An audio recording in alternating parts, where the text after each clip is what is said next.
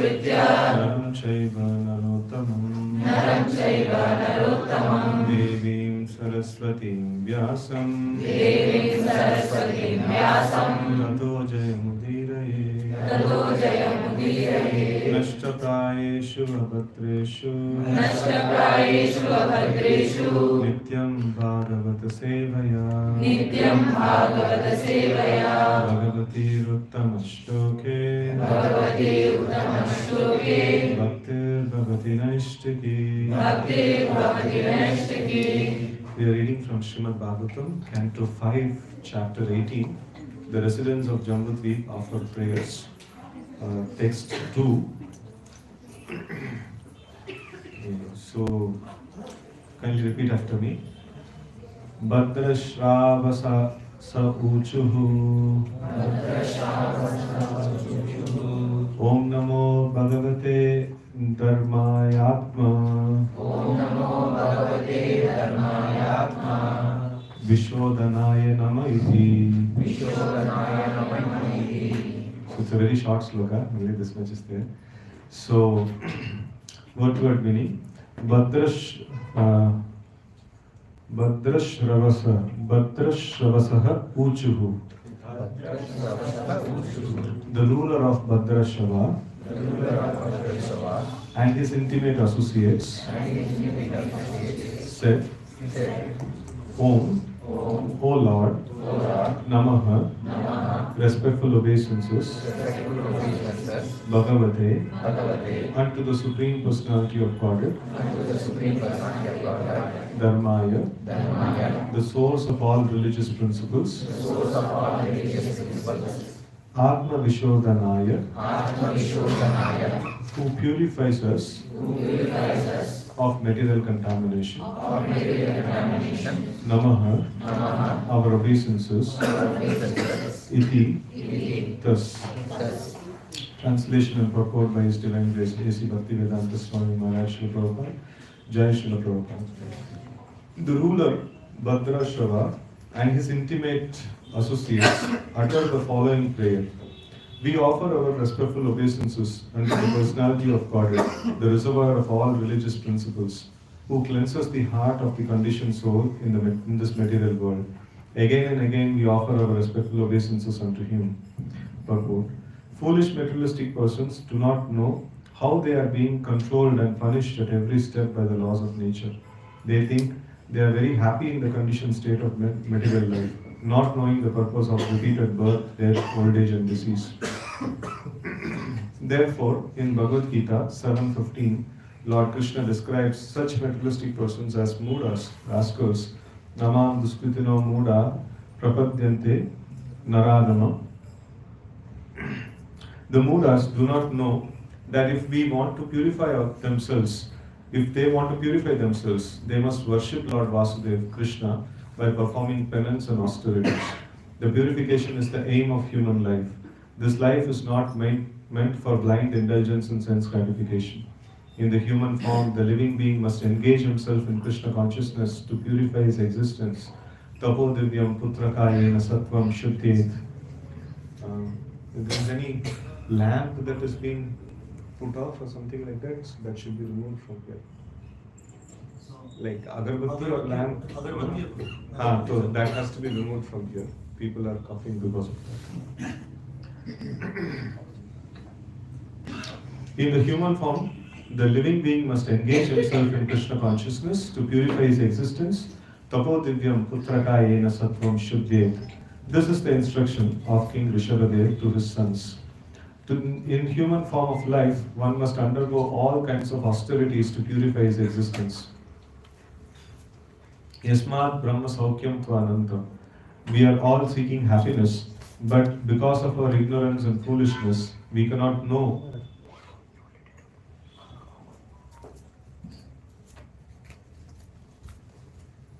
We are all seeking happiness, but because of our ignorance and foolishness, we cannot know what unobstructed happiness really is. Unobstructed happiness is called Brahma Saukhya, spiritual happiness.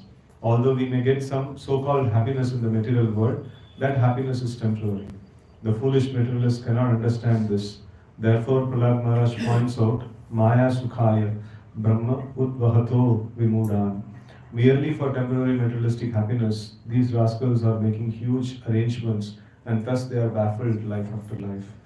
Om Ajnanatimirandashnanandana Chakshurunmilitam Yena Tasmai Shri Gurave Namaha Shri Chaitanya Manobhishtam Sthapitam Yena Bhutale Swayam Rupaha Tadamahyam Dadati Swapadantikam Vandeham Shri Guru Shri Yudhavaram Shri Guru Vaishnavamscha Shri Rupam Sarvajatam Sargana Raghunatamritam Tam Sajivam Sadvaitam Sadhutam Parijana Sahitam Krishna Chaitanya Devam Shri Radha Krishna Padam Sargana Lalita Shri Vishakhamritamscha Namo Vishnu Padaya Krishna Prishthaya Bhutale Srimate Bhakti Vedanta Swami Niti Namine Namaste Saraswate Deve Gauravani Pracharini Nirvishesha Shunyavadi Paschatya Deshvaharini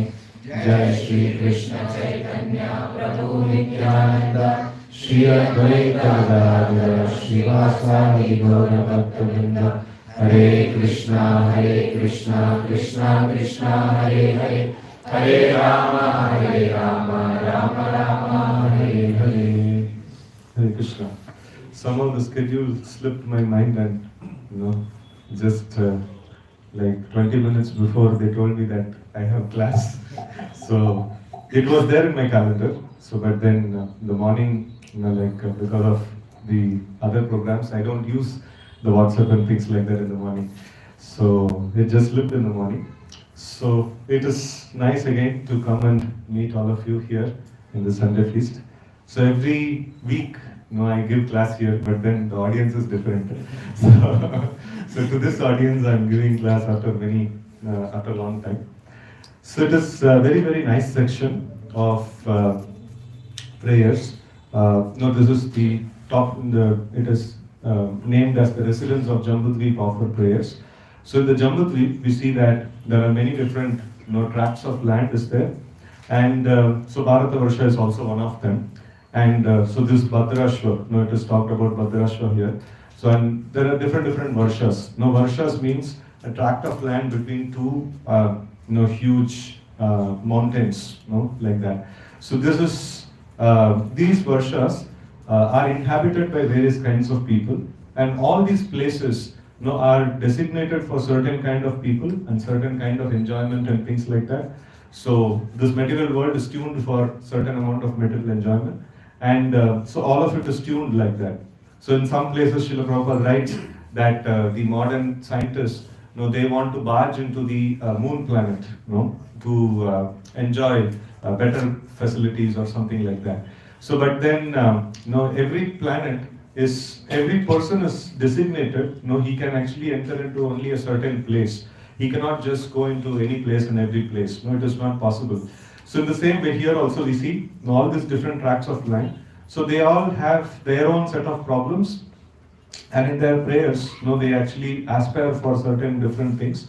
And in fact, in the description also it appears that even in the Bhumandala, even in the in the Jambudvip, so many places are as amazing a place like or close to a place like Swargaloka. So there is unobstructed, the material sense gratification is not so much obstructed. So it doesn't seem to be like they are having so much of ailments like, or there is so much of hospitals in those varshas and things like that. So it is, Bharata Varsha is very, very special. Why? Because we are there, So, it is because it is apt for spiritual advancement. So here, today's topic is on the topic of Bhadrashva Varsha. So just a shloka before, it is a good introduction about this particular Varsha is given. Bhadrashva, the son of Dharmaraj, rules the tract of land known as Bhadrashva Varsha. Just as Lord Shiva worships Sankarshana in Ilavrata Varsha, Bhadrashva, accompanied by his inhabitants, accompanied by his intimate servants and all the residents of the land, worship the plenary expansion of Vasudev known as higher Shirsha. Higher Shirsha means, what is the incarnation? Higher Shirsha? Yeah, so like horse-headed, higher Shirsha. So the Lord Higher Shirsha is very dear to the devotees, and he is the director of all religious principles. Fixed in the topmost trance, Bhadrashva and his associates offer their respectful obeisances to the Lord and chant the following prayer with careful pronunciation. So if you see that all the tracts of land, even in the material world, even in the Bhumandala, if you study all these prayers, it appears to be like they are all worshipping Vishnu, no? And they are all Krishna conscious. So, and where is the problem? Like, if they are all Krishna conscious, they must be there in the spiritual world, right? So, like, where is the problem? Why they are there in this material world? Any idea? Huh? No, but Krishna conscious, they still have desire to enjoy the material world. Yeah. So in the Vedic system, if you see, like not being Krishna conscious is considered to be an adharma. No, it is not within the normal perspective. In the Vedic sense, if somebody is a materialistic person, so the definition of materialistic person means like a person who's desiring growth in the material platform. Definition of materialistic person is that he follows the Vedic rules and regulations very meticulously. Now, why he has to follow Vedic rules and regulations meticulously? Yeah, so if he doesn't follow the rules and regulations, he cannot get material prosperity. So he has to perform Deva Yajna, he has to perform Pitra Yajna, he has to perform Bhuta Yajna, he has to, you might have seen like the traditional people who have come in the Indian culture. So they keep some grains for the birds, and then they are very good in guest reception, and they do all these different things because it is equally applicable for a devotee. He also distributes prasadam. FFL every day, it happens, and then devotees in every festival everywhere, devotees also distribute prasadam, and a Vedic karma kanda person also does that. And this is a very, very important thing, that remembrance of Vishnu is very essential even in the Vedic materialistic life. The Vedic materialistic life, people know that Krishna is the boss of everything. He owns and controls everything. That is, everybody knows. And some people approach him that, I also want some material things. So boss ka paas jana chahiye, kuch na chahiye boss se. Please give me also some material, possessions. And then some people, they go to him saying that, I'm fed up with this material possession, I want to get liberation. And some other people, they actually go to the Lord and say, you see, you are the master of material world and also the spiritual world. Please allow me a residence in the spiritual world. Please grant me a residence in the spiritual world. So that is why they are called as karmis, jnanis and bhaktas. So the karmis, they have the desire for material advancement, and they also follow Vishnu. So it is not a surprise to see that all the tracts of land, everywhere, which is materially flourishing and materially well situated, they are all Krishna conscious. Right? So then what to speak about the modern day situation where people are not Krishna conscious, not religious, but spiritual. So they tell that we are not religious, but we are spiritual and things like that. So God knows what spirituality they follow. So, but then what is the situation of the modern day people? They do karma kanda or puja kind of thing, but they do. No, modern day people, your colleagues in the office. Okay, so very dangerous. So they are, definitely they have purchased ticket to hell and they are going to go to hell, that's all. So material advancement means following the rules and regulations very, very carefully. Following the Varnashrama rules and regulations very, very carefully. So the basic problem in the modern day civilization, it is considered to be a demoniac civilization. When do you call something as demoniac? When do you call something as demoniac? Not following everything. Okay, not following Shastra, fine. Then? Lord over everything else. Not. Okay, Lord over everything else. See, if even a materialist, if he comes and then he is careful about receiving people, he's considerate about other people, and then equally shares and things like that and all. It looks to be a nice person, right? So it's a nice person to deal with. But if a materialistic person is there and he is just thinking about himself, he is full of himself, and he's not bothering about what others like are going to get and things like that. He's just grabbing whatever he wants, and he's not considerate about anybody else. So that is something kind of demoniac. Demoniac means like they are more oriented towards. Prahlad Maharaj actually gives a definition of this one. Like when Prahlad Maharaj is teaching about Krishna consciousness to his schoolmates, so the schoolmates are telling, "Oh Prahlad, like we are all demons. No, we should not do all these things. Our fathers have not taught these things. So we should do sense gratification." Then Prahlad is telling, "No, even though we are demons, we should do this. This is very nice. Like we should worship Vishnu." So demons means they are characterized by sense gratification. And sense gratification without sharing anything for others, and no hook or crook. We should just exploit and we should enjoy. And now, why the modern civilization is considered to be demoniac?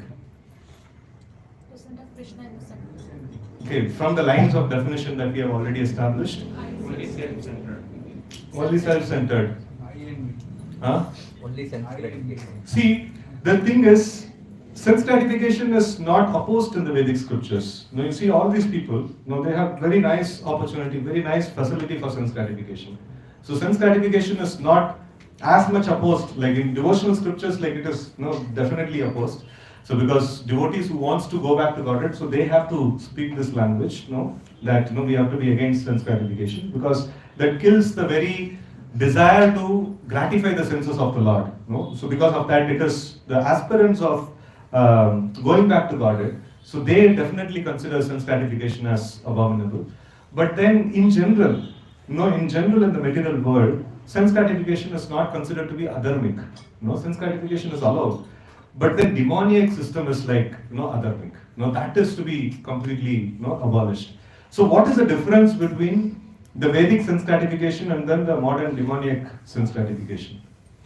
One is regulated, unregulated. So Vedic sense gratification is like, I will also eat, I will feed my family also, I will care about all the other people who are living in this planet, and I will even care about people who are going to come in the future. So modern sense gratification is how? Me and my family, like ज़्यादातर family को भी like नहीं देखते हैं, तो me, primarily me, and then ज़्यादा से ज़्यादा family, and after that the society and things like that. We should just see that how best we can be, and so almost all of us who are living in Bangalore, like we all consume a lot of water, right? And do you know where from the water is coming? Earth. आपका जमीन आपका घर के नीचे वाला अर्थ है, कौन से अर्थ से आ रहे हैं? वर्ण भवन. अरे, that's okay. From hymns which are No, like why like why Bangalore roads are bad? Due to rain. Some people are telling no rain and some people are telling it's rain. Because of tanker lorries. Because of tanker lorries. No, your water is not coming from the ground beneath you. No, already you have exhausted that water. Like in some time, like nobody can stay in this place, right?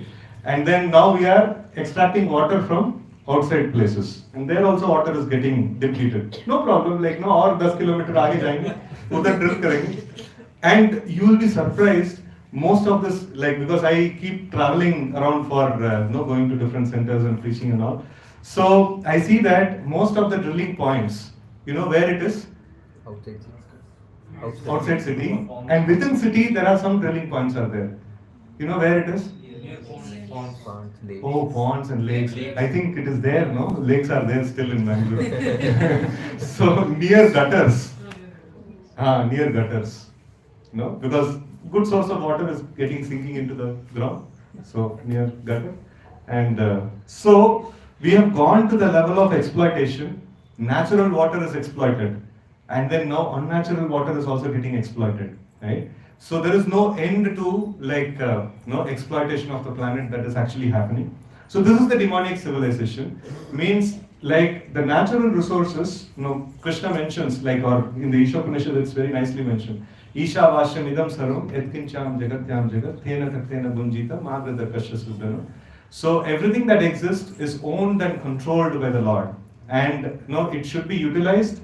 As much as our quota is there, we should utilize, and then rest of that we should let it free, so that God has created, Krishna has created, for me, for all the people, and for generations to come. He has created things, right? So the demonic civilization, demonic economy, demonic civilization, it actually thinks about everything that exists is meant only for me.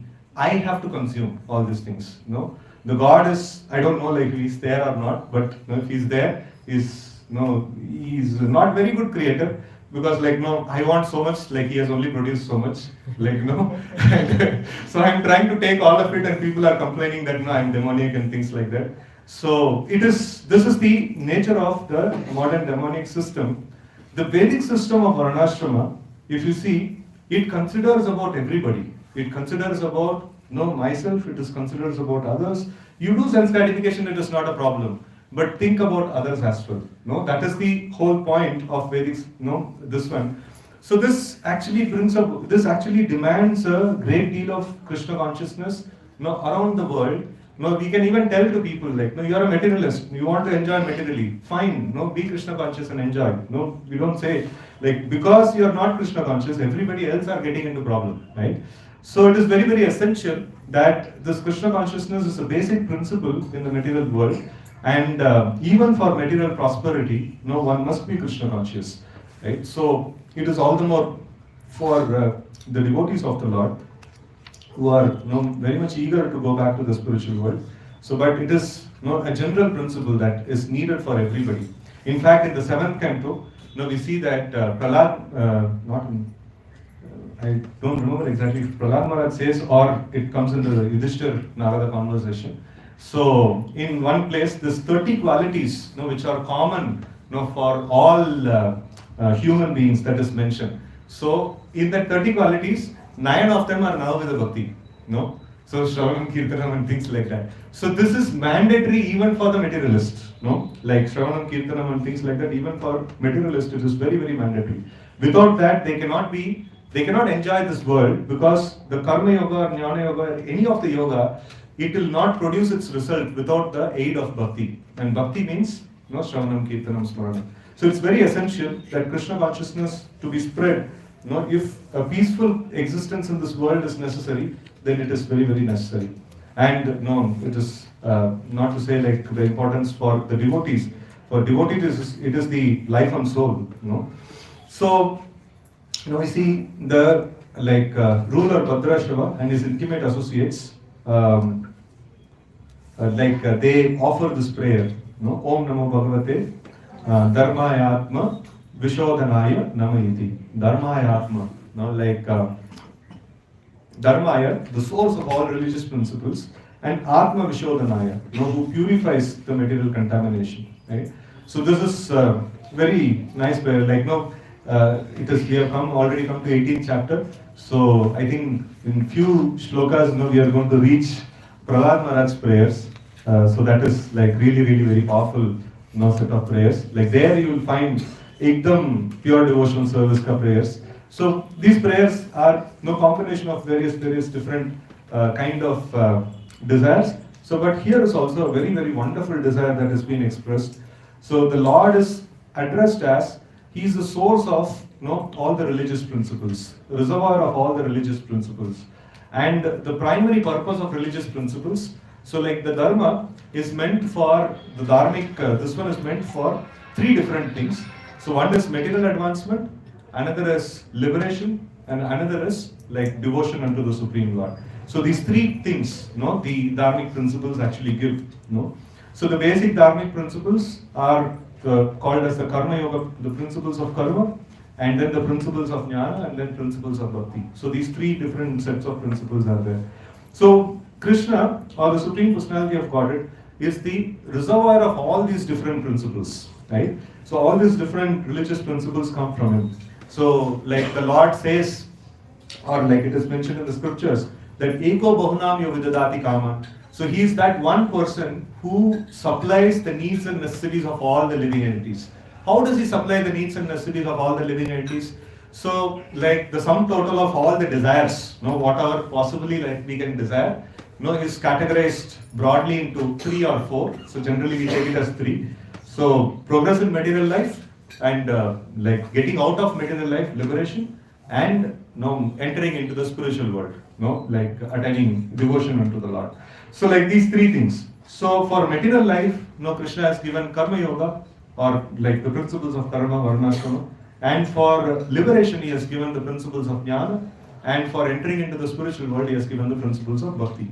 Right? So these things Krishna has given. He is very merciful. Whatever you want, you can actually take. And what Krishna has not given is what? Is adharma. That is something that we create.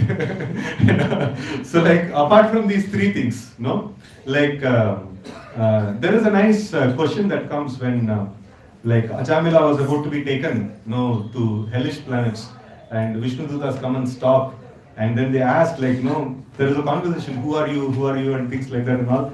And then these people say like, we are servants of Dharmaraj, we are Yamadutas. So then Vishnu Dutas asked this question, you tell that you are servants of Dharmaraj, can you define Dharma? So what is the definition of Dharma they give? The Yamadutas. So like what is given in the scriptures? Veda pranihito dharma. No, the adharma viparya. Adharma means whatever is not mentioned in Vedas, whatever is against the Vedas, that is adharma. So like that is something that is to be avoided at all cost. So Krishna has provided, Krishna takes care of the yogkshemam of the people.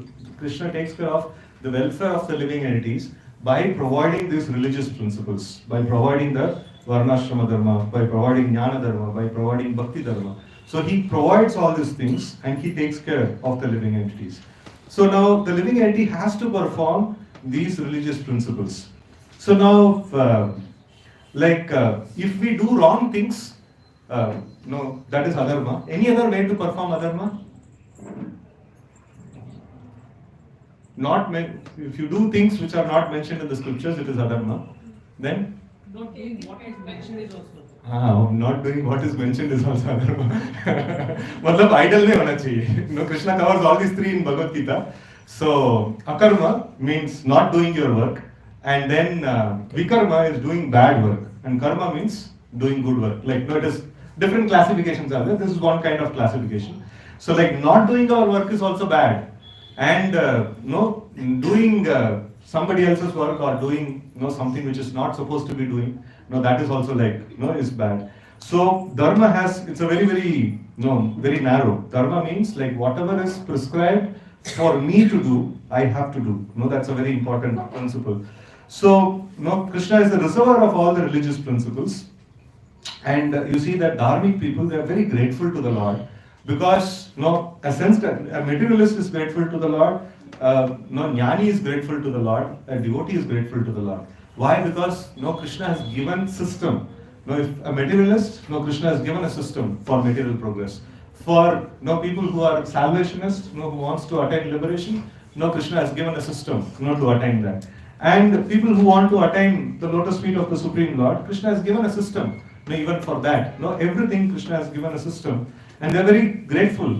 If not for, if we are fallen into a well and nobody is there to lift us, it is even somebody throws a rope, like we are putting our effort to go up, but somebody has to throw a rope. That is something I cannot create. So when Krishna gives these religious principles, we should be very very grateful, and we should take it to heart, and we should actually follow these religious principles, right?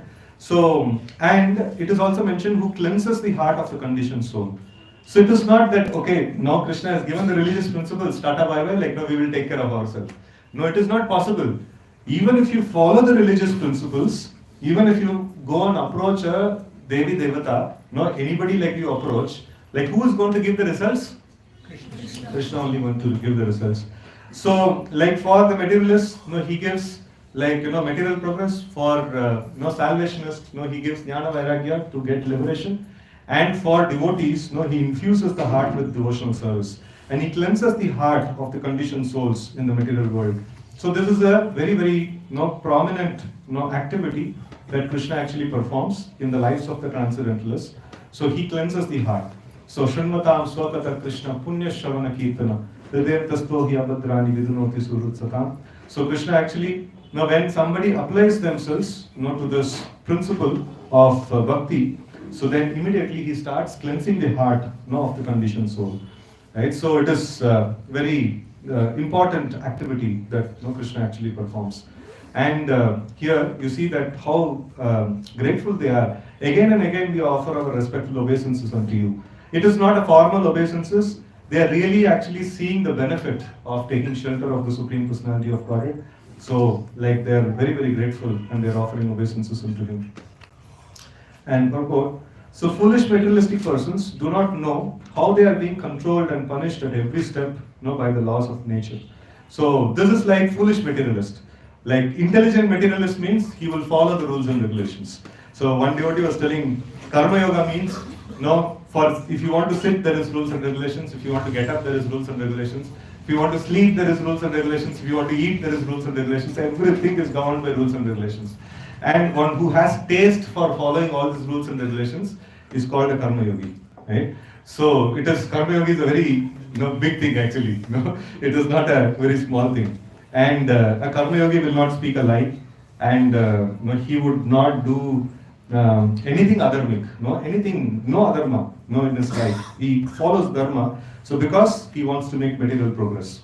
And so this is just to say that devotees have to be like square or cube of this thing. So like devotees means like even more is expected from them. So foolish materialistic persons, they do not know that they are being controlled and punished at every step by the laws of nature. So this is like Prabhupada often gives a nice name to the foolish materialists. He gives a name called scientists. So like why it is told like that? Why it is told like that? It is, if you see, like the gross bottom, the foolish materialism means thinking that I can control matter and I can manipulate matter. No, that is the lowest of consciousness.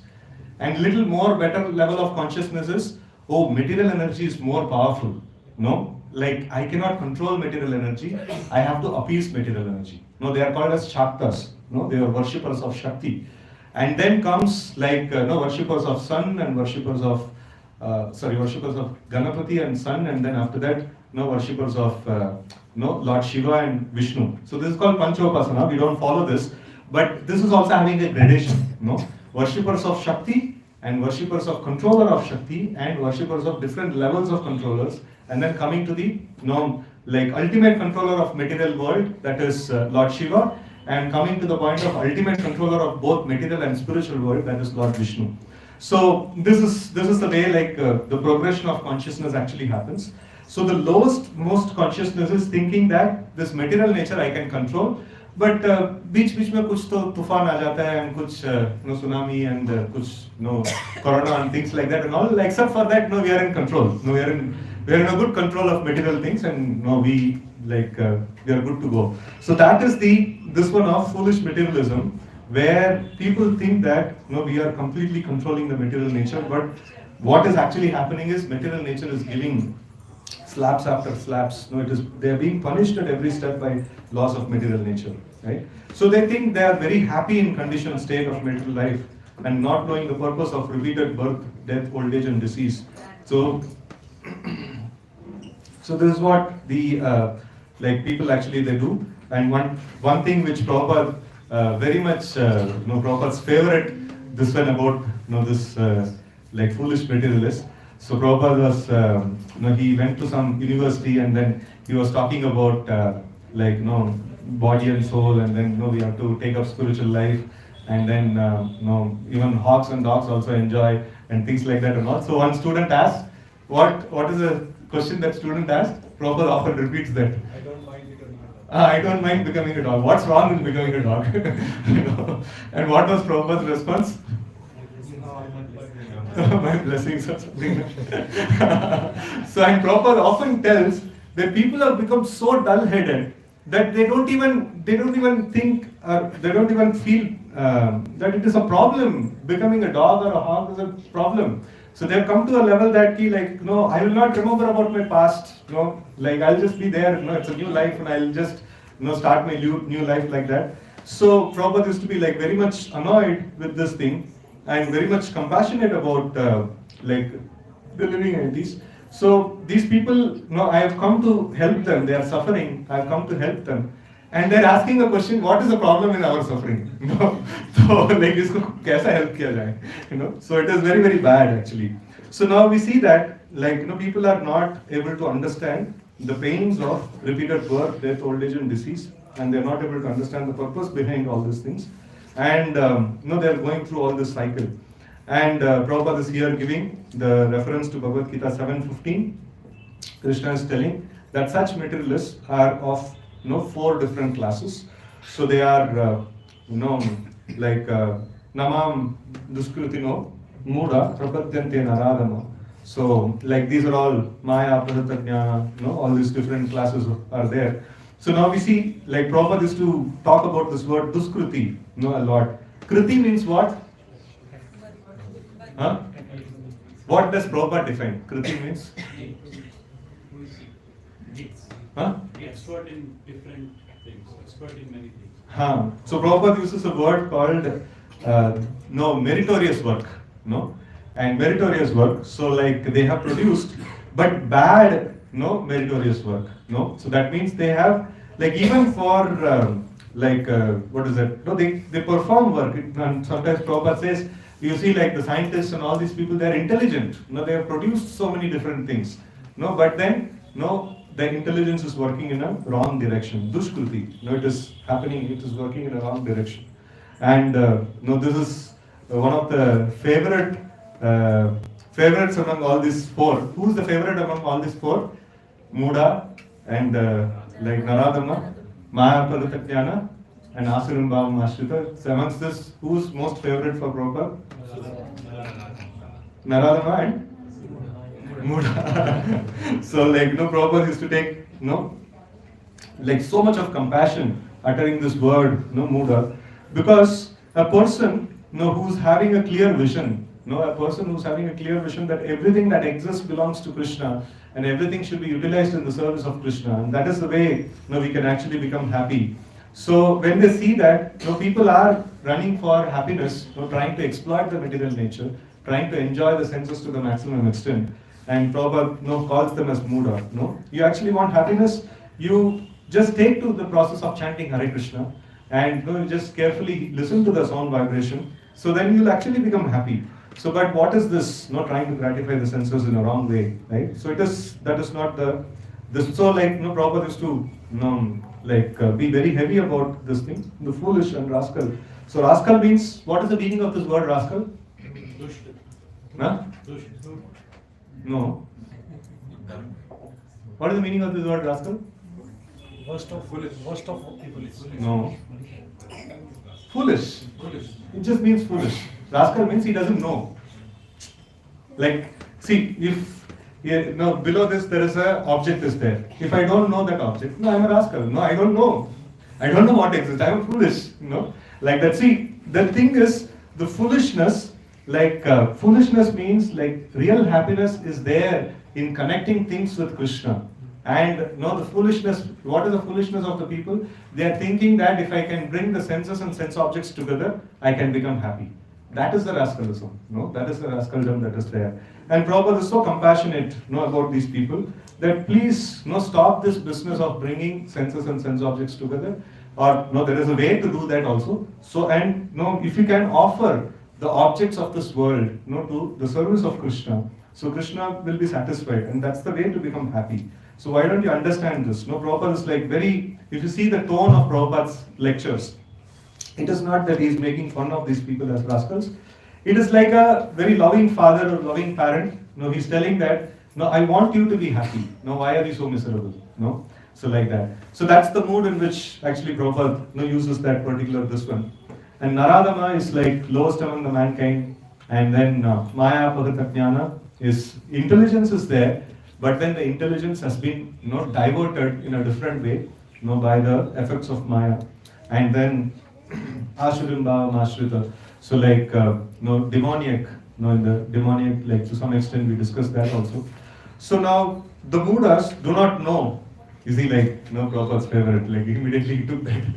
The Mudas do not know if they want to purify themselves, they must worship Lord Vasudeva, Krishna, by performing penances and austerities. You see, like, the mood in which Prabhupada is telling, if at all you want to have, enjoy, or if at all you want to have happiness, so you need to worship Vishnu, So that you think that, engaging in the sense gratification is this one. So then, like, Prabhupada is very, very compassionate about that particular this one, and he's just appealing that please perform austerities and penances. Right? So in fact, even materialist, Vedic materialists, so they don't try to enjoy in this material world. So then where will they enjoy? Enjoy in this Bhuloka. Where will they enjoy? Swarga. So they tell that, if at all you want enjoyment, you perform punya. This is a place of tapasya. You perform punya, you accumulate punya and go to heaven and enjoy. That is the definition. So if somebody says like, I want to enjoy here, even a Vedic materialist will say like, no, foolish. Not just Prabhupada, who's transcendentalist.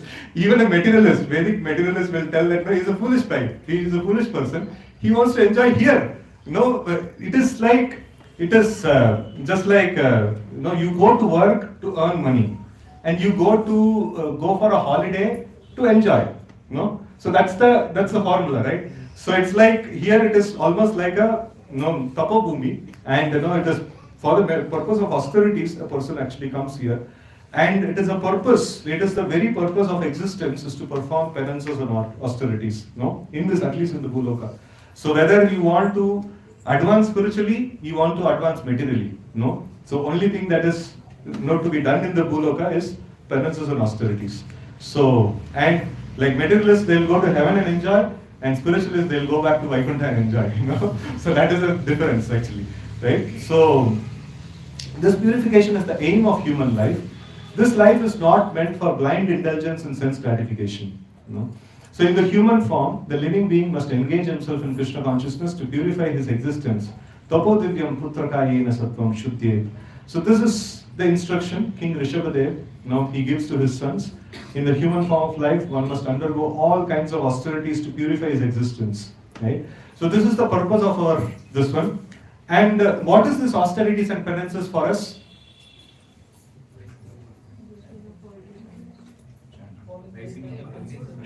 Rising up early in the morning. Rising up early in the morning. No, that's Ekadashi fasting.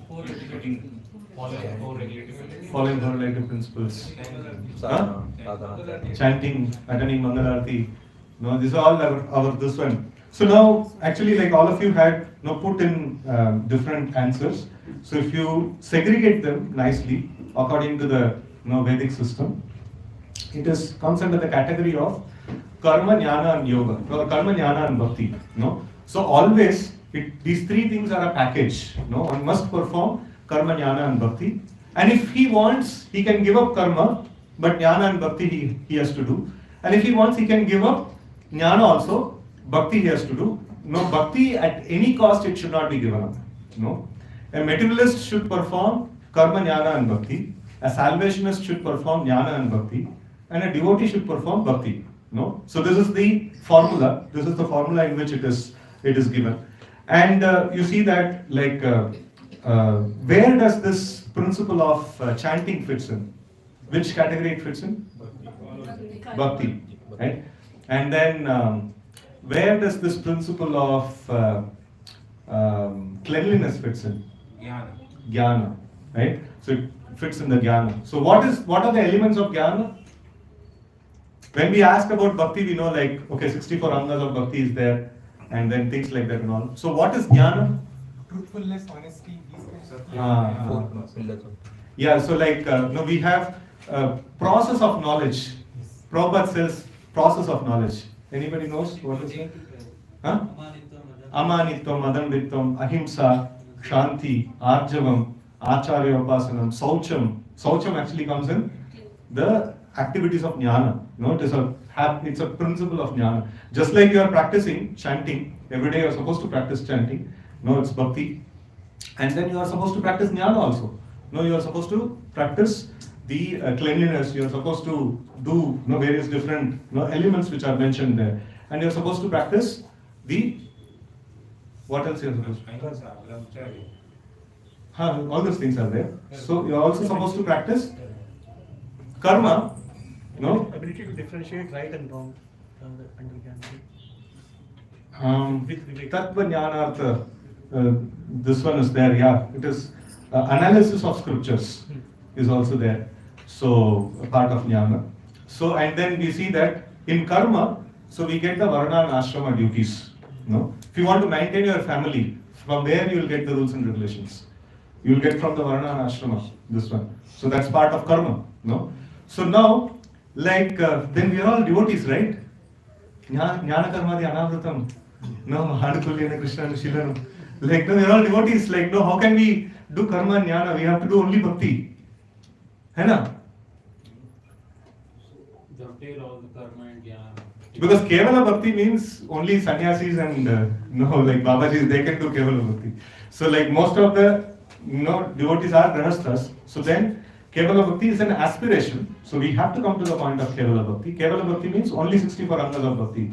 Or only like Shravanam, Kirtanam, Smaranam, Pada Sevanam and things like that. So now, at this point in time, we are also involved in other aspects. You are also involved in jnana. We are also involved in karma. So, but this can be termed as bhakti when the bhakti component is more, right? So there is a nyaya called Nira Shira Nyaya, so which is milk and water. If 90% of water is there and 10% of milk is there, what will you call it as? Water only. Maybe whitish water or something like that. So, like, so that is called, here water is karma and karma and jnana you can keep, and milk is bhakti, right? So if 90% of water and then 10% of milk is there, so it is called as bhakti mishra karma. This karma, but thoda sa bhakti mil gaya usme. It's like thoda sa bhakti hai usme. And then if it has to be called as a devotional service, then bhakti should be more. If milk is more and water is less, so then it can be called as bhakti. So that is what Bhakti Siddhanta Saraswati Thakur gives a very amazing definition for this. The definition of bhakti, Anya Bilashita Shunyam, means like Anya Bilasha means the adharma should be zero. There should not be any adharma in the picture.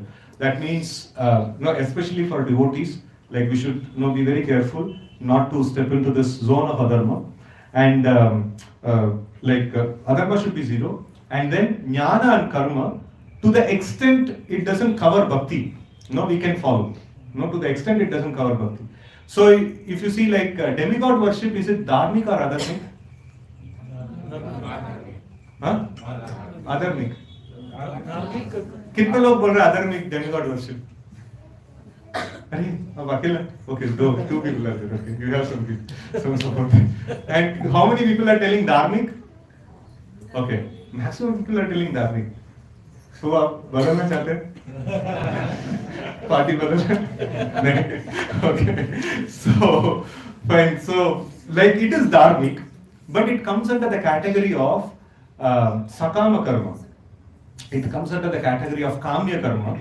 So kamya karma means like the karma, the varnashrama duties are designed for spiritual advancement and at the same time material progress. But then there is extra top up.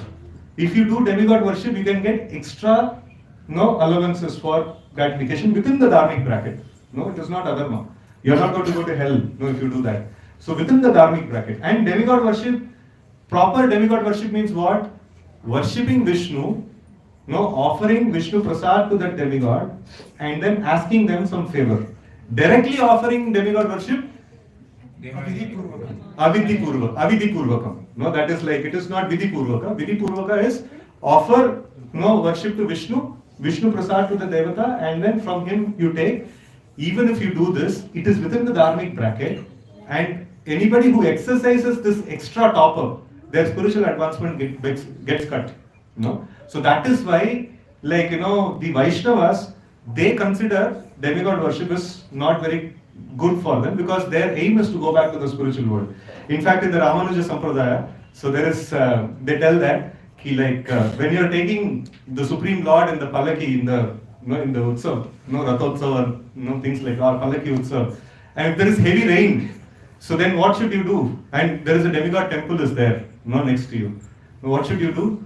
You take the Lord inside. Lord is a master of everything. He should be protected, but you don't go inside. So, because the thing is that, the basic thing is that, see, demigod worship is dharmic, and it is meant for extra allowances in the sense gratification, and it is meant for people who want to make material progress. It is not meant for people who want to, attain liberation. So only people who are want to attain liberation, both jnanis and bhaktas, so they don't enter into the demigod worship. Because that actually binds a person to more and more sense gratification, right? So, like for material progress, it is definitely allowed, but then for spiritual progress, it is detrimental. It is completely detrimental. So it is not, it is also very important for us to know, because Shruti Shastra and Nindanam is also a problem in advancing in our Krishna consciousness. So we consider it to be dharmic, but it is not favorable for advancement towards, going to the Vaikuntha, or Goloka Vrindavan. So because of that, we avoid that, right? So if we consider it to be adharmic, so then it is Shruti Shastra and Nindanam, then after that we don't make progress in Krishna consciousness. So it is also very important that the right understanding of the scriptures is also very essential. So now we, what was the topic that we were talking about? So dharma. So jnana karma the anavritam, means, so we can perform karma which is bhakti anukula. We can perform jnana which is bhakti anukula to a minimal extent. Bhakti should be maximum and this should be less than bhakti. So then it can be called as bhakti yoga, right? So we have to, all of us should come to the platform of performing bhakti yoga, where platform of performing bhakti yoga means milk should be in how much quantity? More than 50%. More than 50% milk should be there. More than 50% of the time, we spend in the angas of bhakti, then we actually become bhakti yogis. Then we can actually start seeing, like Kleshagni, Shubhada, Moksha Laghuta Krit, what else is there? Like Kleshagni, Shubhada,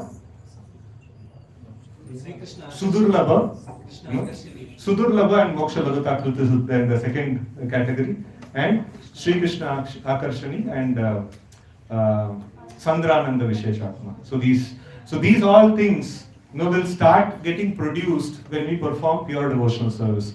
So pure devotional service means, like, we need to pray to the Lord that we need to budget more time for the execution of bhakti. And if we execute that kind of this one, so Lord will take care. So in now, what is that?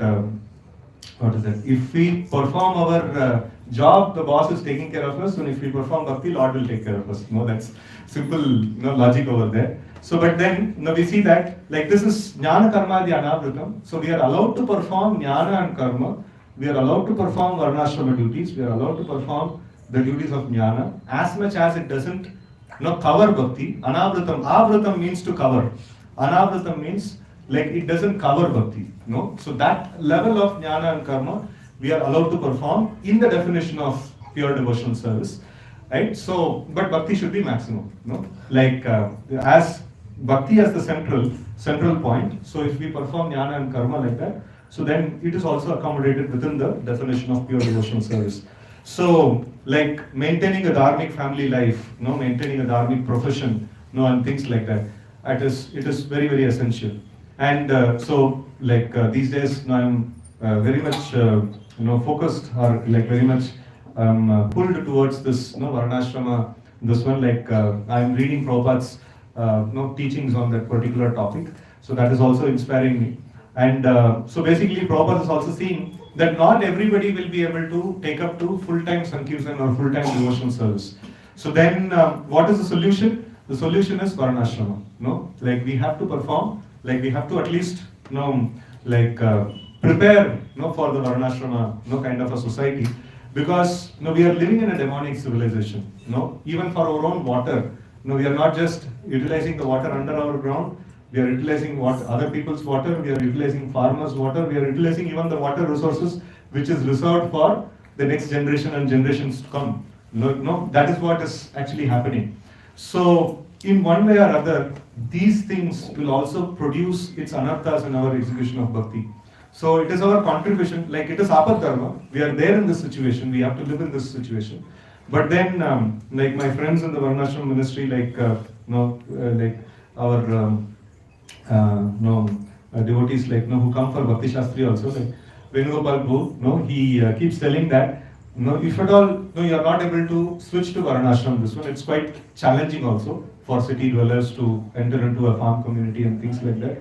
But at least you people can do some research. At least do some research and see like how the Vedic economy actually functions. Now we are dependent on economy. Now we are like we want money to run our family, take care of ourselves and things like that. But at least we should do some research. Now at least we should see how the Vedic system was. Now how people were living close to nature. Now how they were contributing back to the nature. They were not just simply extracting from nature. They were contributing back to the nature. It is very, very essential, and especially for grahasthas, it's very essential that we have to see how we can actually bring back this varnashrama system. Recently, I was hearing one lecture of Srila Prabhupada, where Prabhupada was mentioning that already this material civilization, like the modern material civilization, it has passed 100 years. So at that time when Prabhupada was giving class, and another 100 years it will go, and after that it will fall. So, and Prabhupada is emphatic about it, like 2-3 occasions he was actually mentioning this particular point, that this modern civilization, what we are actually extracting, it will not go for long. Planet will not sustain, things will not sustain. I recently heard that our national capital is to be termed as uninhabitable place or something like that. Is it true? Yes. Huh? Yes. So why it is so?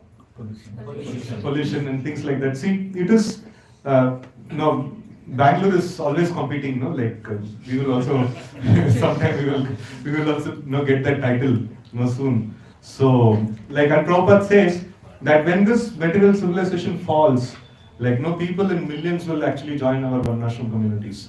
But then, for that we need to actually create something. We need to actually, think something in that lines. It is very, very important, actually.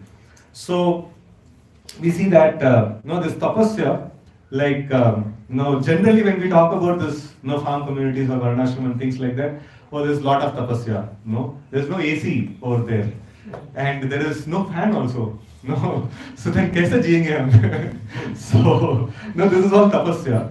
So we should tell to ourselves, it is not for the purpose of happy living we have come here. If we don't accept this tapasya of natural difficulties or natural inconveniences and things like that. And this natural inconveniences are also designed exactly according to our previous karmic reactions. If we avoid that in some way, it will accumulate and come to us in some other way. We cannot avoid. Plus or minus mili jayega. So that is very, very important. So that is why the Vedic system, it talks about tapasya. So we have to follow this tapasya of following the bhakti dharma, and for those people who want, it's extra additional, jnana dharma and karma dharma. So if somebody doesn't want, they can simply follow bhakti dharma also. So this is the thing that is needed. So this is tapasya.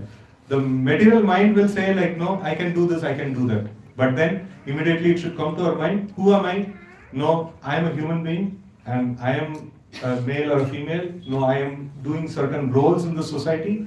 And what is the scriptural rules and regulations guiding my position? And I have to discharge those rules and regulations. I have to execute things according to the rules and regulations. I cannot simply go by the whims and fancies of my mind and intelligence, right? So it has to be according to the scriptures. Following the regulations given by the scriptures is the tapasya, is the penance and austerity. So the topmost of all the penance and austerity is chanting of the Hari Krishna mantra. So that is the indispensable. So if somebody follows other things or not, that's a additional thing. But this is something indispensable. Everybody must chant the Hare Krishna mantra. Right? So then the life is not meant for blind intelligence and sense gratification. In the human form, in the human form, the living entity must engage himself in Krishna consciousness to purify his existence, tapodivyam. So this is mentioned, and I'll just quickly summarize the rest of it. So every one of us is seeking happiness, and if we at all want happiness, we must perform this tapasya. Unobstructed happiness means Brahma Saukyam. So that means it comes as a result of tapasya. So if you want to get unrestricted happiness, it is a result of tapasya.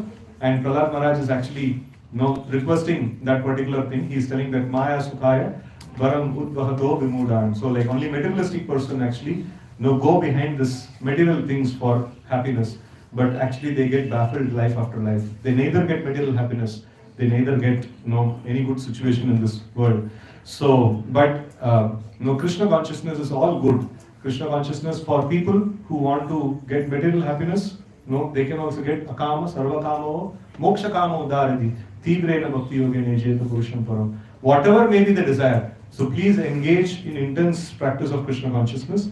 But then the best thing is to engage in intense practice of Krishna consciousness with only desire to attain the lotus feet of the Lord. Right? So with this I pause. Any questions, comments we can take. Yes, Prabhuji spoke about people when Krishna created this universe, we have a place for means everybody is doing bhakti only, but in a materialistic also doing the same thing, karma yogi also doing the same thing. Now we also know about karma, vikarma and akarma concept. Now a materialistic person who want to progress or get the happiness materialistically, he want that, that's why he is doing that. Similarly, somebody wants to do spiritual progress or in a path of liberation, he wants that, that's why he is on that path. Same with Bhakti Yogi also. Now, what is that factor? We are talking, I'm coming to the Anu Ichha. What beside that factors? Ichha. What is the parameter who decides? See, first basic funda is that we want it to be separate from Krishna. So that is a basic ichha, that actually is there.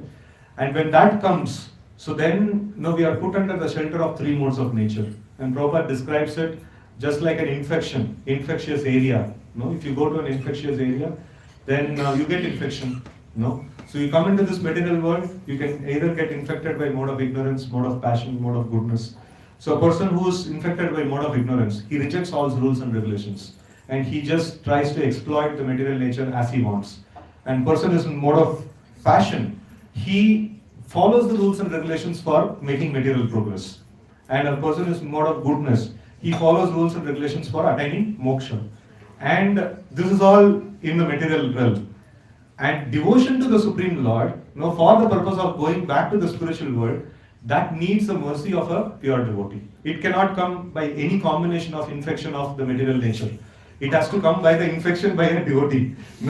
That is why devotees have to step out for book distribution, because if you don't go, then people will not get the opportunity to receive the seed of bhakti. Right? So this is how the thing happens. If nothing is, this one is there, natural attraction is towards tamoguna, that is there. So people will break all the rules and regulations, and mostly the current predominant, this one in the Kali Yuga is predominances of tamoguna, because no rules and regulations. And Rajoguna means extensive rules and regulations. They have taste for following rules and regulations. So they take up to karma, the path of karma, and they perform the rules and regulations, and then they attain material progress. And then Sattva means they desire for liberation, like that. So because of being infected by these modes, the living entity thinks in different ways. But the moment he gets an association of a pure devotee of the Lord, immediately he thinks that whether I am breaking the rules or I'm progressing or liberation, all of it is of my own selfish desire. Bhukti mukti spriha yavat pishachi hridi vatate, or bhukti mukti siddhi kami, like sakali ashanta. So all of them are ashanta, because everybody is thinking that I want to enjoy materially, but I will not follow rules and regulations. I want to enjoy materially, I will follow all the rules and regulations. I don't want material enjoyment. I want much greater enjoyment by getting into liberation. Right? So in all these things, I am the center actually. So but when Krishna Bhakta Nishkama, Ateva Shanta, because Krishna Bhakta, he understands everything belongs to Krishna and everything should be utilized in his service. So then immediately he becomes Shanta. So that is not possible by any combination of material infection. It is only possible by intervention of a devotee. Like that. And intervention of devotee happens by God's grace only. Mercy. Intervention of devotee. This is a very big topic, that is discussed, by the acharyas. So if Lord were to decide, so then Lord will be accused as partial. किसी को mercy दिया, किसी को नहीं दिया. So that's why Lord actually gives wholesale distributorship to devotees. And devotees, wherever they want, they can go and distribute. So that is why not going out for book distribution is a big crime. Because the Lord has given the whole thing to us. Now it is up to us, to whom we can go and give. Like it is up to us whom we can go and give. Lord's mercy follows the mercy of a devotee. तो फिर प्रभु अणुइच्छा का तो कोई मतलब ही नहीं रहा. Anuicha? का कोई मतलब ही नहीं, एग्जिस्टेंस ही नहीं रहा. What anuicha? Freedom. Freedom, yeah. The freedom is you can be with the Lord, you can be against the Lord. That's two things are there. If you want to be against the Lord, you have to be under the shelter. You cannot be a completely independent, so-called independent. So if you want to be independent, no, you are a dependent entity. See, the hand wants to be independent. If I cut and throw, it will be dead and gone. No, it has to be dependent. So if the hand wants to be independent, it can be created an illusion, आप independent है, आप मान लो कि आप independent है, उतना ही कर सकता है. The living entity can never become independent. It has to either be under the shelter of Radharani or under the shelter of Durga Devi. Durga Devi means three modes of nature, and Radharani means Satchitananda. So it has to be under one of the Shaktis. It has to be under the shelter of one of the Shaktis. It cannot be just freely I don't want to be under Krishna's this one also, and I don't want to be under material nature also, and I want a completely independent domain. That's a domain hating. So it is not possible. Either I have to be conditioned by material nature, or I have to be in the spiritual nature. Spiritual conditioning or material conditioning? Conditioning is needed. Yes, Paul. So I had a question regarding the one ashram system. So we hear in the Bhagavatam that Prahlad Maharaj encourages to live in the cities. I just don't want to retire to the forest, new places, seclusion. Yeah. I want to be in the cities. I want to preach, meet people and preach. That's one good. And on the other side, Yeah, that's a very nice thing. Only for preachers, city is okay. Only for preachers and who is devoting nice time for preaching, city is okay. Fine. We can follow Prahlad Maharaj. So those who don't want to preach, it is a katra. in our ISKCON, we have the center one ashram community. Right? So that's whole focus is. So I'm sure they will not. It is actually a bigger preaching, Prabhu. Yeah. It's actually a bigger preaching because you see the way the modern system is going on. In you cannot imagine an outreach of that nature. It's a very very big outreach actually. In Gita course you will not get so many people. In Varnashram, when it is properly performed, and if you just set up the right economic system over there and right kind of principles and things like that, many people will jump in actually. Even devotees, why they don't want to, they know they are all reading Prabhupada books. So why we don't want to do? Because we don't know the black and white, what is there, we don't know. Right? So that is how the apprehension is there. So, and one more important point, one more important reason, why this is a very very important for especially devotees of Bangalore to think about. Because the main reason why the villages are failing now is because all the intelligent cream of them are coming to cities. And especially Bangalore. Right? So we are just taking the life out of all the places, and all the people are sitting here. And जो भी दिमाग नहीं है, बुद्धू है, उसको छोड़ दो, farming करेंगे, कुछ भी करेंगे, things like that. So then what happens to the villages? What happens to the basic background or backbone of the system? So it becomes completely gone, right? So the intelligent people have to think about and then have to execute.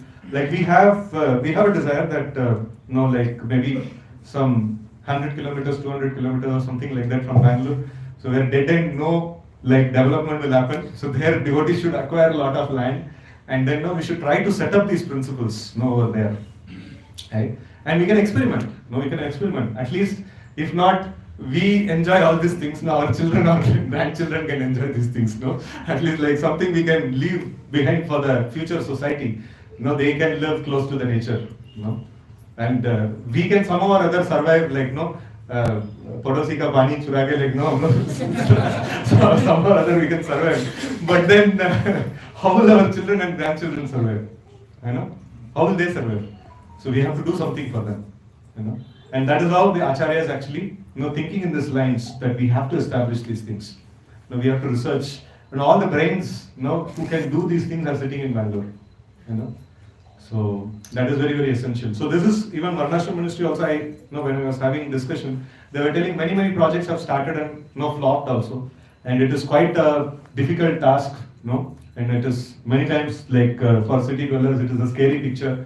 So, but then, you know, they were requesting that, you know, you have very good, intelligent people in your community.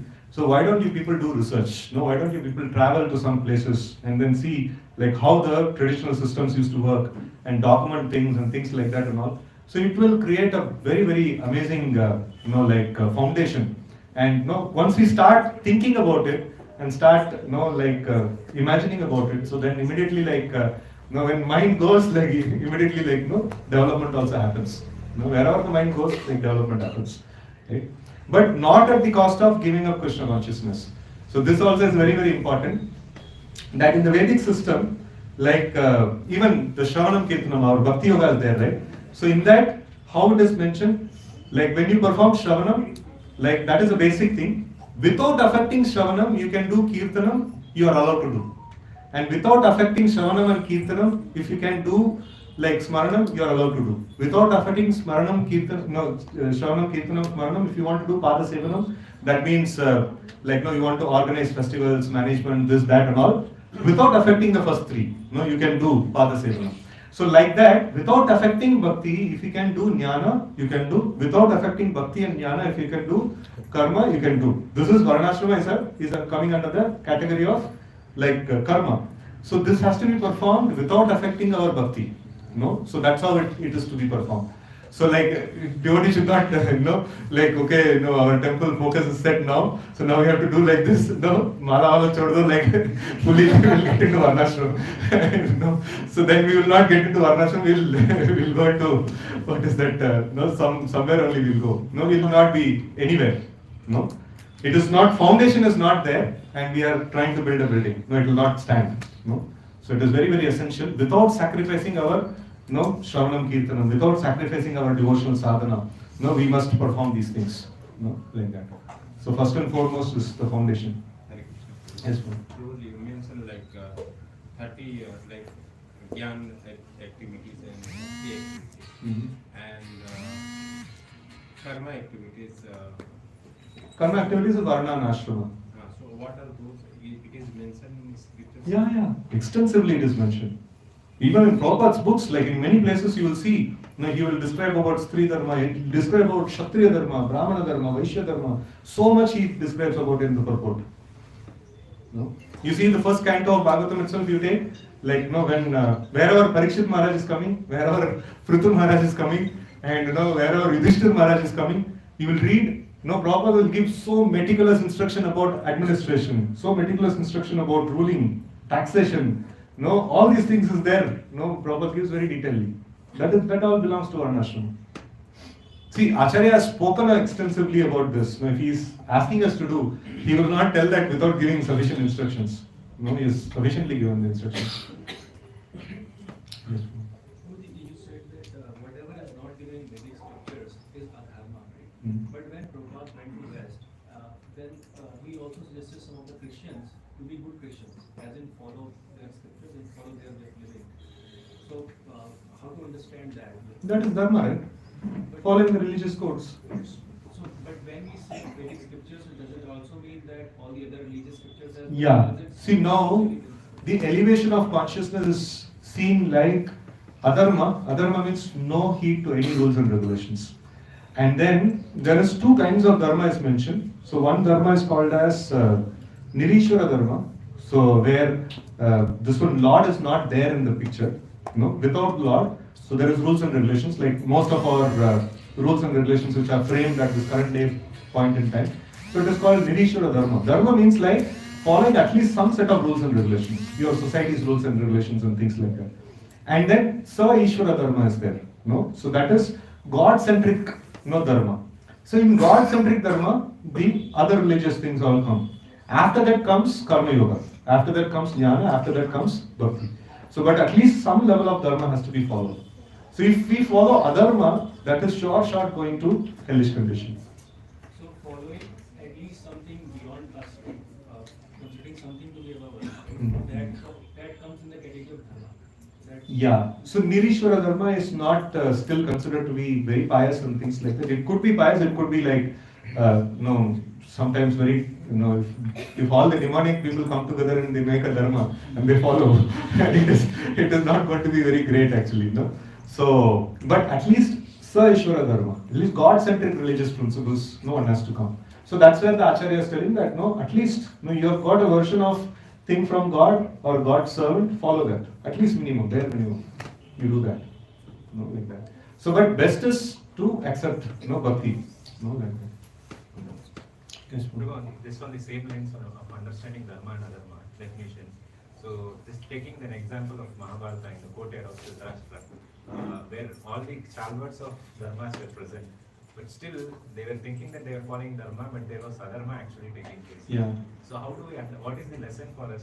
Yeah, dharma taking place and they were punished. That's the lesson. Even if you think that you are following dharma and you perform adharma, you will be punished. So, stalwarts of dharma were still present. Still. That is why what Krishna says about dharma. No. Kavayopi atra mohitaha. No, he mentions. No, what is the meaning? Even the great gets elite. Huh? Even the great gets elite. Even Kavayopi means even knowledgeable people, even they sometimes get bewildered what is dharma and what is adharma. He mentions that. It is very, very intricate. Very, very intricate. That is why we should always follow the Mahajanas. No? Always follow the scriptures and always have this one that am I following whatever I am doing, is it right or wrong? No? I always need the shelter of Krishna. I always need the guidance. No? I should never go into the trip that whatever I am doing is right. No? Then nobody can save us actually. So it becomes very difficult. That's why we should always have this one. Like I am trying my best to do dharma and I don't know if I am following right or wrong. Krishna, please guide me, at every step. So I don't know. No, I want your shelter. So that's very safe position actually. But our ego is always actually telling us that I am learning. Ego comes immediately, adharma comes, and immediately hell comes.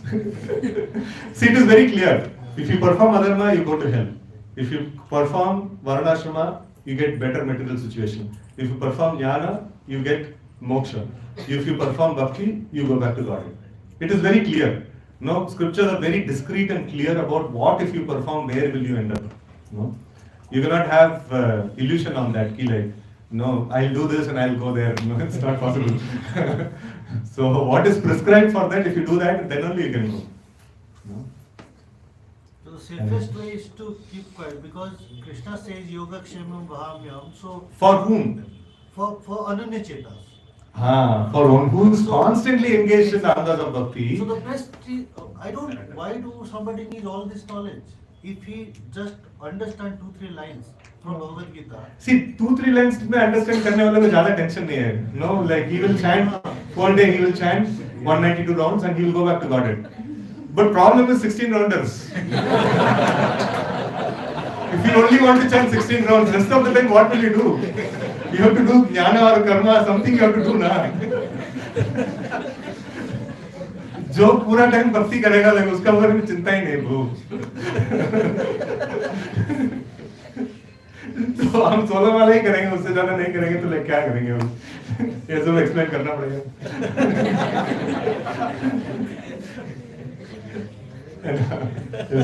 Hari Ksetra. So Prabhuji, you explained that in Karma Yoga we have some set of rules which we need to follow for all throughout the time, and in Jnana Yoga you said that cleanliness and then these things are there. But when we see Bhakti Yoga, they too both fall under Bhakti Yoga also. Like we have cleanliness to be maintained in Bhakti Yoga also. Yeah. Like superset, it feels like a superset Bhakti Yoga. No, it's not superset.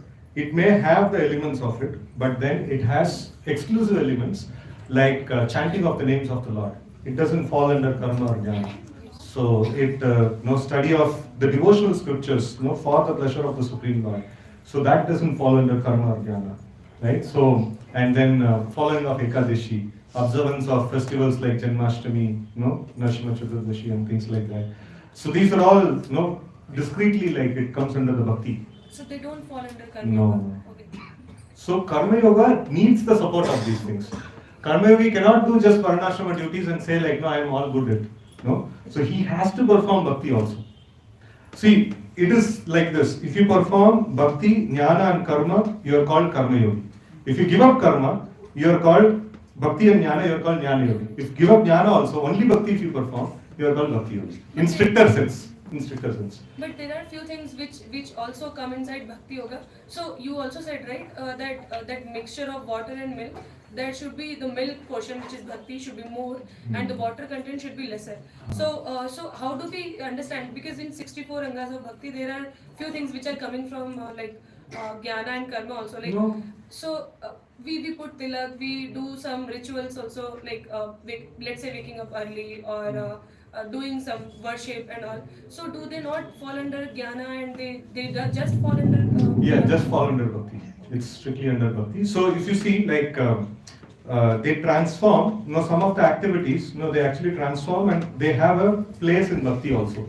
Like for example, dasyam. If you want to prepare yourself to go and worship, for that you have to be clean. You take bath and you clean the place and things like that.